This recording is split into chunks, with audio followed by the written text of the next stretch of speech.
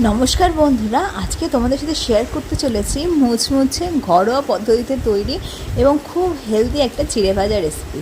দেখো, এখানে আমি নর্মাল শুকনো চিড়ে নিয়েছি। শুকনো চিড়েটা ভালো করে আগে আমরা একটু ছেঁকে নিয়েছি যাতে ধুলোবালিগুলো নিচে পড়ে যায় ফুটো ফুটো বাটির সাহায্যে।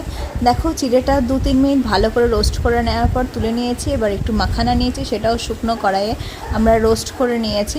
এবার আমরা কড়াইয়ের মধ্যে দিয়ে দিলাম সর্ষের তেল, তার মধ্যে দিয়ে দিলাম বাদামটা ভালো করে ভাজা হয়ে যাওয়ার পর ওই তেলের মধ্যেই দিয়ে দিলাম গোটা জিরে এবং শুকনো লঙ্কা। সেটা ফোড়নটা ভালো করে ভাজা হয়ে যাওয়ার পর দিয়ে দিচ্ছি কারি পাতা।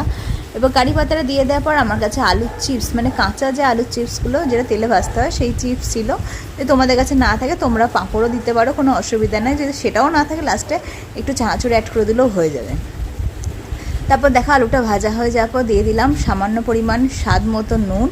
এবার দিয়ে দিচ্ছি আগে থেকে যে ভেজে রেখেছিলাম চিড়ে ভাজা, মাখানা, বাদাম, এগুলো সব একসাথে দিয়ে একটু সুন্দর করে ভেজে নিচ্ছি। তারপর সামান্য নামাবার আগে একটু চিনি দিয়ে দিলাম। এবার 1-2 মিনিট হালকা করে নাড়াচাড়া করে নিলাম। এবার কিন্তু আমি গ্যাস বন্ধ করে দিয়েছি। তারপর গ্যাস বন্ধ করে আমি সামান্য দিয়ে দিলাম চাট মশলা। দেখো, গ্যাস বন্ধ করে সেটা দেখিয়ে দিলাম। আর দিয়ে দিলাম রোস্টেড জিরা গুঁড়ো পাউডার। ব্যাস, এটা মিশিয়ে নিলে আমাদের চিড়ে ভাজা একদম রেডি।